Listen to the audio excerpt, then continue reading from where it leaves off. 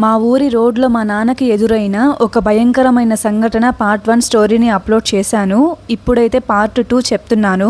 కొత్తగా మన ఛానల్ని చూస్తున్నట్లయితే ఫస్ట్ పార్ట్ 1ని చూసి ఈ పార్ట్ 2 వీడియోని కూడా చూడండి. అప్పుడే మీకు అర్థమవుతుంది. కావాలంటే పార్ట్ 1 లింక్ని ఈ వీడియో డిస్క్రిప్షన్లో కూడా యాడ్ చేశాను.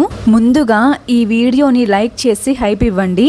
ఈ రోజు అటుకుల మిక్చర్ అయితే చేస్తున్నాను. ఫస్ట్ టైం చేస్తున్నాను, అది కూడా మన ఛానల్ కోసం. అంటే న్యూ వెరైటీస్ చేద్దామని చెప్పి ఎలా వచ్చింది అనేది లాస్ట్ వరకు చూసి నాకు కామెంట్స్ లో చెప్పండి. ఇంకా లేట్ చేయకుండా ఆ హారర్ స్టోరీని మేఘమాల మాటల్లోనే చెప్తాను. నాన్న భయంతో ఒక 20 అడుగులు వేసి ముందుకి రాగానే ఒక మర్రి చెట్టు దగ్గర ఒక అమ్మాయి మర్రి చెట్టుపై కూర్చొని మా నాన్నను అలానే చూస్తూ ఉందంట. నాన్న కూడా ఫాస్ట్ గా నడుస్తూ పక్కకి తిరిగి చూస్తే ఆ దయ్యము మర్రి చెట్టుపై కూర్చొని అంటే తలకిందులుగా కూర్చొని ఉందంట.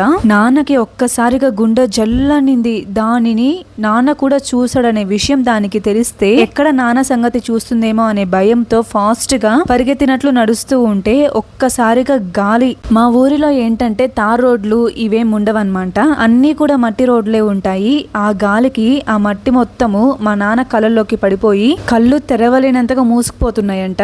అస్సలు చూడలేకపోతున్నాడు. అలా కళ్ళు నలుపుకుంటూ ఉంటే సడన్ గా ఎక్స్పెక్ట్ చేయలేని విధంగా మర్రి చెట్టుపై కూర్చొని ఉన్న దెయ్యం గాల్లోనే ఎగురుకుంటూ వచ్చేసి నాన్న భుజాలపై కూర్చొని నన్నెందుకు చంపావు, నా భర్త నా పిల్లలు ఇంటి దగ్గర నా కోసం ఎదురు చూస్తూ ఉన్నారు అని పెద్దగా నాన్న తలపై కొడుతూ అరుస్తూ ఏడుస్తూ నాన్న జుట్టు పీకుతూ ఉందంట. అది అలా నాన్న తలపై కొట్టేసరికి నాన్న దాన్ని వదిలించుకోవాలని ఎంత ట్రై చేసినా కానీ అది వదలట్లేదు. ఇంకా గట్టిగా పట్టేసుకొని జుట్టుని బలవంతంగా లాగడానికి ప్రయత్నిస్తుంది. దాని వలన నాన్న తలలో బ్లడ్ వచ్చేసింది. ఆ నొప్పికి భరించలేక ఆయన పాకెట్ లో ఒక లైటర్ ఉంటే దాన్ని తీసి వెలిగించి నాన్న భుజాలపై కూర్చొనున్న ఆ దయ్యం పైన పెట్టారంట. ఆ సెగ దెబ్బకి అది మాయమైపోయింది. యాక్చువల్లీ ఆ దయ్యం కనిపించిన ప్రతి ఒక్కరిని నన్నెందుకు చంపావని ఇలానే భయపడుతుందంట. అసలు ఈమె ఎవరంటే ఆ రోజు పెళ్లి ట్రక్ లో ఈమె కూడా ఉంది. పెళ్లి కూతురి రిలేటివ్. ఏరు పారుతున్న సమయంలో ట్రక్ లో ఉన్న వాళ్ళందరూ ఈ ఏరుదేముందులే అవతల ముహూర్తానికి టైం అయిపోతుంది పదండి అంటే ఈమెమో వద్దు, ఇది మంచిది కాదు, ముహూర్తం కంటే ప్రాణమే ఇంపార్టెంట్ కదా అంటే ఆమె మాటని ఎవరు పట్టించుకోకుండా అదే ఏరులో రావడానికి ప్రయత్నించారు. ఆమె వద్దన్న తీసుకొచ్చేసరికి ఆమెని కావాలనే చంపారు అనుకుని కనిపించిన ప్రతి ఒక్కరిని ఏడిపిస్తుంది. అయితే ఈ విషయం మీకెలా తెలుసు అనుకోకండి. ఆ రోజు ఇద్దరిని సేవ్ చేశారు అని చెప్పాను కదా, వాళ్ళే చెప్పారు ఇదంతా మాకు. ఇంకా మా నాన్న భుజాల మీద నుంచి అది వెళ్ళిపోయాక కూడా మా నాన్నకు భుజాల మీద ఒకటే నొప్పి. ఆ టైంలో ఆయన తన లైఫ్ మీద హోప్స్ వదిలేసుకున్నాడు. ఇంకా మా అమ్మకి కాల్ చేసి నేను మన ఊరి రోడ్లో నుంచి వస్తూ ఉంటే ఇలా జరిగింది, ఒళ్ళు మొత్తం ఒకటే నొప్పులు, ఒక్క అడుగు కూడా వేయలేకపోతున్నాను ముందుకి, ఇవి నన్ను మన ఊర్లోకి రానిచ్చేలాగా లేవు, ఎవరినైనా పంపించు, అనవసరంగా ఈ టైంలో వచ్చాను, నీ మాట వినుంటే బాగుండేదే, ఇదే నాకు చివరి రోజులా ఉంది, నాకేదైనా అయితే మన పాపని బాగా చూసుకో అని ఏడుస్తున్నారంట. నాన్న అలా ఏడుస్తుండేసరికి అమ్మ కూడా ఏడ్చుకుంటూ ఊరి పెద్ద మనిషి ఇంటికి వెళ్ళి ఆయన ఇలా రోడ్లో ఉన్నాడంట, బాగా భయపడిపోయాడు, ఎవరైనా పంపించండి అంటే ఫస్ట్ ఆయన కూడా వెనక్కి తగ్గాడు. ఏంటి ఈ టైంలో ఆ రోడ్లోకి వెళ్ళాలా, నేను వెళ్ళమన్నా కానీ అసలు ఎవరు వెళ్తారమ్మా, సరే ఏదో ఒకటి చేస్తాను అని ఒక 20 మంది మగవాళ్ళని బ్రతిమలాడి వాళ్ళని ఒప్పించి కొన్ని కర్రలకి చివరి భాగంలో తెల్లటి గుడ్డని చుట్టి దానికి నిప్పంటించి అందరూ కూడా ఒక ట్రాక్టర్ లో ఎక్కి మా నాన్నను వెతకడం కోసం ఊరి నుంచి ఆ రోడ్లోకి వెళ్లారు. కొంతమంది ఏమో ఆ కర్రల్ని పట్టుకొని ఉంటే ఇంకొంతమంది ఏమో టార్చ్ వేసుకొని టార్చ్ వెలుతురి సహాయంతో చుట్టుపక్కల చూస్తూ ఉన్నారు, నాన్న ఎక్కడైనా కనిపిస్తారేమో అని. అయితే సగం దూరం వరకు వెళ్లారు, ఎవ్వరు కనిపించలేదు, మొత్తం చీకటి, కప్పల సౌండ్స్ తప్ప ఏం వినిపించట్లేదు. అలాగా టార్చ్ వేసుకొని చూస్తూ ఉంటే ఒక ప్లేస్ లో ఒక సమాధి దగ్గర తెల్లటి దుస్తుల్లో ఒక రూపము ఆ సమాధి దగ్గర ఏడుస్తూ కనిపించింది. దాన్ని చూసి ట్రాక్టర్ లో ఉన్న వాళ్ళలో ఒక అతను పెద్దగా అరిచేశాడంట. ఆయన అరుపుకి పక్కన ఉన్న అంకులు అతని నోరు కప్పెట్టేశాడు, ఆ దయ్యాన్ని కదిలించడం ఎందుకని. అయితే ఆ అరుపుకి అది వినేసి ఒక్క సెకండ్ లో రోడ్డు మీదకు దూసుకొచ్చేసింది. ఆగండి, నేను కూడా వస్తున్నా, నాకు బాగా ఆకలేస్తుంది, ఎవరైనా నా దగ్గరికి రండి అని ఫాస్ట్ గా పరిగెడుతుందంట. అయినా ట్రాక్టర్ ఆపకపోయేసరికి ఒక్క సెకండ్ లో ముందుకి దూసుకొచ్చేసి ట్రాక్టర్ చివరి భాగం ఉంటుంది కదా, దాన్ని పట్టుకొని ట్రాక్టర్ లోకి రావాలని చెప్పి ప్రయత్నిస్తుంది. అందరూ ఒక్కసారిగా అరిచేశారంట. ఆ అరుపులకి వెళ్లే ట్రాక్టర్ ని కూడా ఆపేసి వాళ్ళ చేతిలో నిప్పు కర్రలు ఉన్నాయి కదా, ఆ కర్రని దాని ముందు పెట్టారు. వెంటనే అది మాయమైపోయింది. అది మాయమైపోయేసరికి బతికెమ్రా దేవుడా అనుకుంటూ ట్రాక్టర్ ను నడపడం స్టార్ట్ చేశారు. అందరూ కూడా వాళ్ళ ప్రాణాల వాళ్ళని అరచేతిలో పెట్టుకొని వెళ్లారు. ఇటు మా ఇంటి దగ్గర సిచ్యువేషన్ ఎలా ఉందంటే నాన్నను తీసుకెళ్లడానికి వెళ్ళిన వాళ్ళ భార్యలు మా ఇంటికి వచ్చి అమ్మని తిడుతున్నారు. మీ ఆయన ఈ టైంలో రాకపోతే ఏమవుతుంది, మీ ఆయన వల్ల మా వాళ్ళు కూడా ఇబ్బంది పడుతున్నారు చూడు, పొరపాటున మా వాళ్ళకి కానీ ఏమైనా అవ్వాలి మేము ఊరుకోము, నిన్ను నీ కూతుర్ని ఊరి నుంచి వెలివేస్తామన్నారు.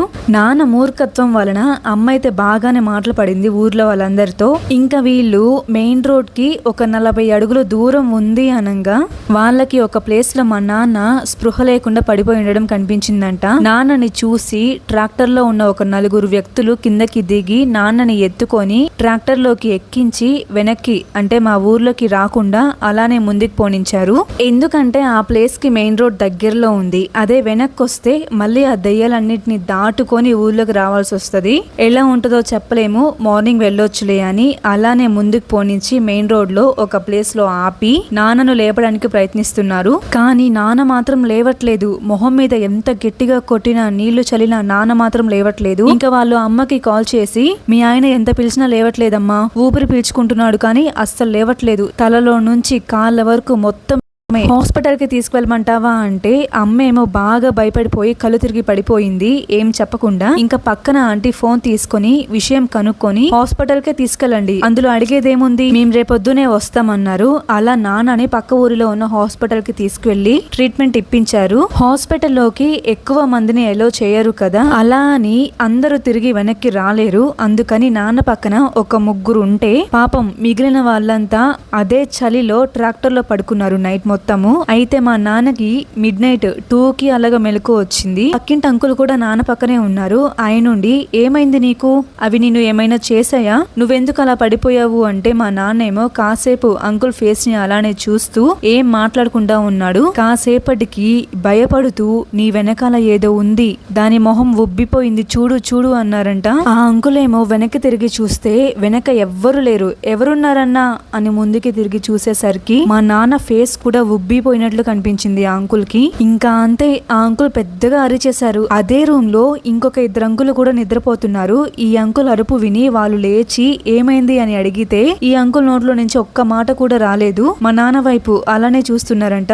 ఇంకా వాళ్ళేమో సరే వచ్చి పడుకో అని అంకుల్ ని నేలపైన పడుకోబెట్టారు. ఇటు మా నాన్నేమో అసలు మెలకువే రాలేదు అన్నట్లుగా నిద్రపోతున్నారంట. మార్నింగ్ అయింది, అందరికి మెలకువ వచ్చింది, మా నాన్నకి కూడా. అయితే పక్కింటి అంకులు నాన్నతో ఏమైందన్నా, రాత్రి నీ మొహం అలా ఉబ్బిపోయిందంటే నాన్నేమో ఏం మాట్లాడట్లేదు. 10కి అలాగా మా అమ్మ నేను ఇంకో 2 హాస్పిటల్కి వెళ్ళాము, మా నాన్నని చూడ్డానికి అని చెప్పి రూమ్ లోకి వెళ్ళాము. అయితే మా నాన్న సడన్ గా ఏడుస్తూ మా అమ్మనేమో అమ్మ అమ్మ అంటూ మాట్లాడుతున్నాడు. ఇంకా నన్నేమో చెల్లి చెల్లి అని పిలుస్తున్నాడు. ఫస్ట్ అమ్మని అలా పిలిచేసరికి సర్లే అమ్మని ప్రేమతో అట్లా పిలుస్తున్నాడేమో అనుకున్నాను, కానీ నన్ను చెల్లి అనేసరికి అందరికి కాదు కానీ నాకే ఏదో కొంచెం తేడాగా అనిపించింది. అదేంటి నాన్న నన్ను పట్టుకొని చెల్లంటున్నావు అంటే ఇంకేం మాట్లాడకుండా కళ్ళు మూసుకున్నారు. ఇంకా ఆ రోజు ఆఫ్టర్నూనే అదే ట్రాక్టర్ లో అందరం ఇంటికి వచ్చేసాము. ఇంటికి వచ్చాక మా నాన్న అయితే మాకు చుక్కలు చూపించాడు. మేఘమాల అలా చెప్పడానికి రీజన్ ఏంటో నేను నెక్స్ట్ వీడియోలో చెప్తాను. అయితే నేను ఈ రోజు అటుకుల మిక్చర్ చేశాను కదా,